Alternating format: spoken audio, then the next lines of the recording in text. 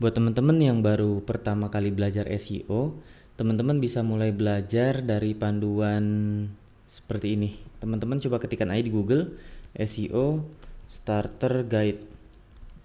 Ya, terus enter gitu. Nah, nanti di yang pertama ini ada PDF gini ya. Ini teman-teman bisa lihat.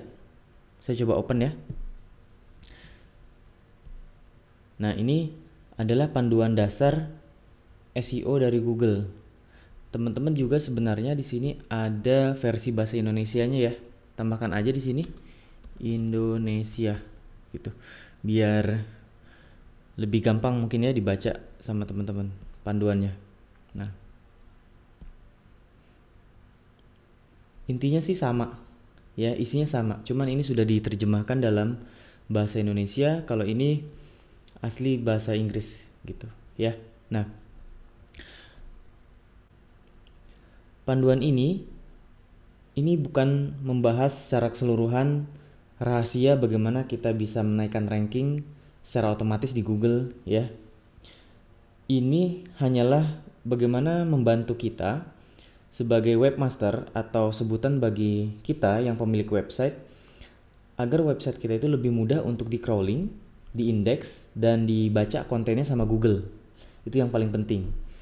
Jadi poin berikutnya adalah bahwa SEO itu bukan secara keseluruhan fokus di search engine aja ya, tapi teman-teman juga harus memperhatikan bagaimana yang kita berikan ke visitor gitu. Apalagi terutama menyangkut masalah konten dan navigasi, itu penting ya. Jadi diperhatikan dari sisi search engine-nya juga, dan juga diperhatikan dari sisi kualitas yang kita kasih ke visitor. Nah, nanti kita akan bahas satu-satu aja di sini ya. Ada SEO basic ya, improve site structure, dan seterusnya. Saya mau coba bahas yang pertama aja dulu. Nanti secara bertahap ya. Penjelasannya terpisah-pisah. Nah, yang pertama di sini dibahas masalah title tag. Jadi di SEO salah satu hal yang paling krusial adalah soal title tag. Title tag itu apa sih? Title tag nanti akan kita lihat di sini ya. Semua hasil pencarian Google kita bisa lihat ada tulisan yang warna biru ini. Google akan ambil tulisan yang biru ini dari title.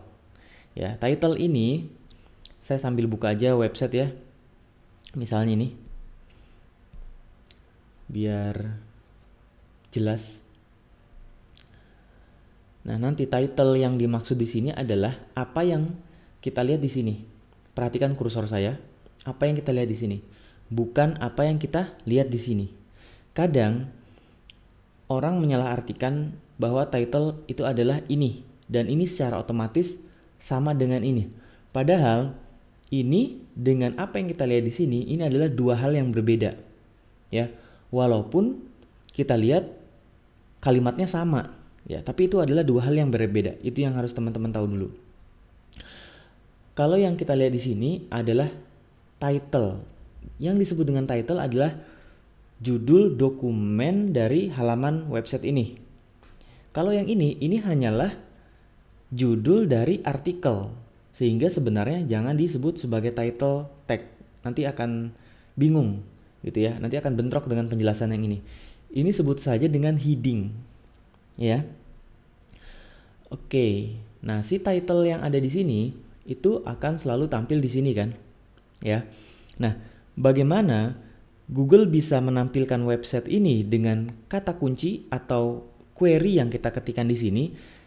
Karena salah satu yang dilihatnya adalah title-nya. Title-nya relevan dengan query yang kita ketikkan di sini gitu. Jadi ini salah satu faktor yang dibaca oleh Google ya, title tag. Nah, tinggal sekarang kita tahu apa sih aturan mainnya kalau kita mau menulis title, kan gitu ya. Nah, di sini Google sudah jelaskan. Nah, ini ya. Jadi title di sini ada sedikit penjelasan ya. Jadi title itu bagaimana menjelaskan ke user dan search engine ya. Halaman website kita ini tentang apa? Topiknya, pembahasannya tentang apa? Itu title. Website kita muncul di sini yang user baca pasti ininya ya kan, sesuai nggak dengan apa yang dia cari gitu. Dan search engine juga dia baca juga ini, dia akan menghubungkan antara yang dia baca di sini dengan apa yang user ketikan gitu. Dan dia ada di dalam tag head. Nah ini terlalu teknis ya, nanti aja kita bahas. Yang pertama harus dipahami adalah bagaimana kita membuat title itu harus unik. Ya, unik itu artinya gini.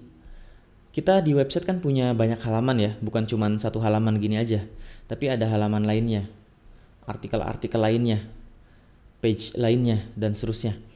Nah, diusahakan title-nya setiap halaman yang saya maksud itu bisa dalam bentuk artikel atau kategori atau apapun yang kita bisa dapatkan URL-nya itu disebut dengan halaman ya. Title-nya diusahakan unik, artinya berbeda. Ya, halaman A, halaman B, halaman C, title-nya berbeda gitu. Lalu akurat bisa dibilang relevan dengan apa yang kita bahas di sini. Ya. Ini artikel kan? Artikel di sini ada heading, saya bilang, ada gambar, ada video dan semuanya. Kita ambil aja semacam kayak kita nulis buku, judul yang tepatnya apa? Pastikan judul buku sesuai kan dengan isinya. Gitu. Nah, title yang di sini tentu harus sesuai dengan apa yang kita bahas di sini, itu aja.